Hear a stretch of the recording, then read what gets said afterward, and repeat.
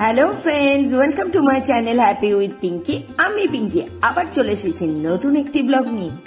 আশা করি তোমরা সবাই খুব খুব ভালো আছো। আমি এখন একটু ভালোই আছি। আজকে প্রথম যে বন্ধুরা আমার ভিডিওটি দেখছো, প্লিজ সাবস্ক্রাইব করে আমার পরিবারে চলে এসো। আর পুরনো বন্ধুরা, তোমাদের সবাইকে অনেক ভালোবাসা জানিয়ে ভিডিওটি আমি এখন স্টার্ট করছি। ভিডিওটি কেমন লেগেছে সেটি অবশ্যই কমেন্টস করে বলতে হবে, লাইক করতে কিন্তু একদমই ভুলো না। আমার ইনস্টাগ্রাম আইডি হচ্ছে পিঙ্কি সাহা 703। প্লিজ আমাকে ইনস্টাতে ফলো করে অ্যাবাউট আর ডেসক্রিপশনে আমার ইনস্টা লিংক পেয়ে যাবে। এই দেখো তোমাদের প্রতিষ্ঠানী কি করছে, পড়া করে উঠে এখন বায়না ধরেছে আমি এখন টিভি দেখবো। নেও ঠেলা, তার বায়না এখন কে সামলায়? আমার তো আর বলারও কিছু নেই। ও তো সকাল সকাল উঠে পড়া করে নিয়েছে, এখন তো বলবেই আমি টিভি দেখবো। বললাম চল টিভি দেখে নে। আর আমিও আমার গৃহকর্ম শুরু করে দিয়েছি। সকাল সকাল ঘুম থেকে উঠে ফুল তুলে নিয়েছি, ঠাকুর জাগিয়ে পুজো করা হয়ে গেছে। তারপরে চা পর্ব সেরে নিয়ে লেগে পড়েছি নিত্যকর্ম। নিত্যকর্ম কি? সেই বিছানা তোলা, সেই ঘর ঝাড় দেওয়া, সেই জামা কাপড় কাচা, আবার সেই রান্না করা। আমার তো আর কাজের পরিবর্তন নেই না। আমার কেন, কোনো হাউসওয়াইফদেরই কোনো পরিবর্তন নেই। বাড়ির সব আত্মীয় স্বজনরা একে একে যে যার বাড়িতে ফিরে গেছে।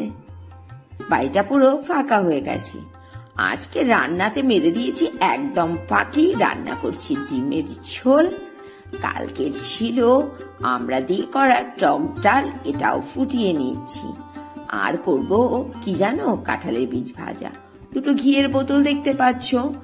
ওই যে মেশোর কাজের মধ্যে এই ঘিগুলো খুব ব্যবহার হয়েছে। অল্প অল্প ঘি বোতলের মধ্যে পড়েছিল, ভাবলাম আজকে গ্যাসের পাশে দিয়ে দিই, গলে যাবে, ঘিটা খেয়ে নেব, বোতলগুলো বাদ হয়ে যাবে। ও মা, গ্যাসের পাশে বোতল রেখে দেখি না বোতল চ্যাপটা হয়ে গেছে। কি আমার বুদ্ধি গো, ধন্যি আমার বুদ্ধি। বোতলগুলোকে ফেলে দিতে হলো শেষ পর্যন্ত। আর রান্না বান্নার পরে বড় একটা ঝক্কি কি, কিচেন পরিষ্কার করা। লেগে পড়েছি কিচেন পরিষ্কার করতে। আমার তো আবার প্রতিদিন খুব ভালো করে কিচেন না পরিষ্কার করা পর্যন্ত শান্তি হবে না।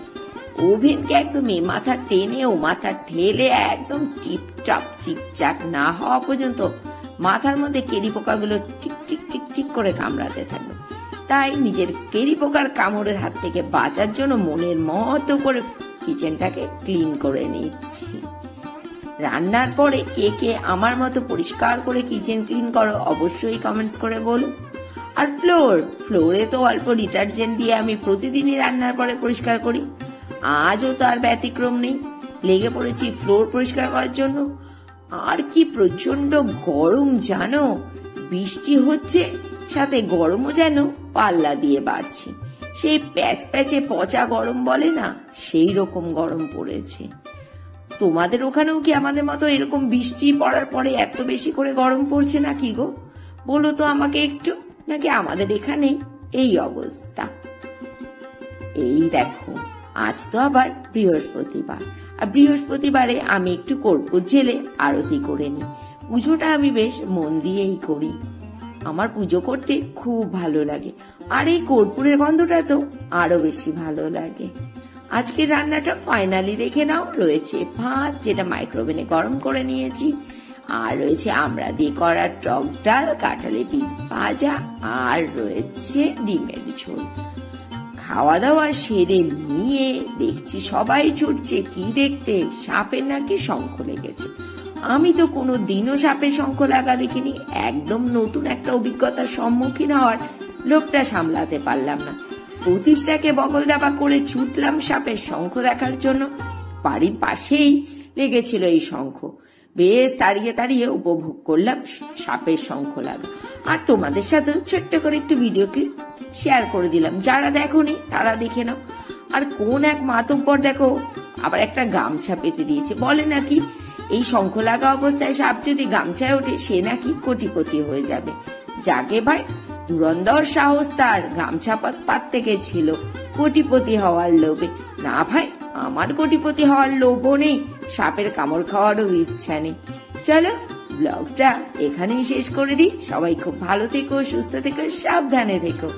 দেখা হচ্ছে আবার আগামীকাল নতুন আরো একটি ব্লগ সঙ্গে করে নিই। টাটা, বাই।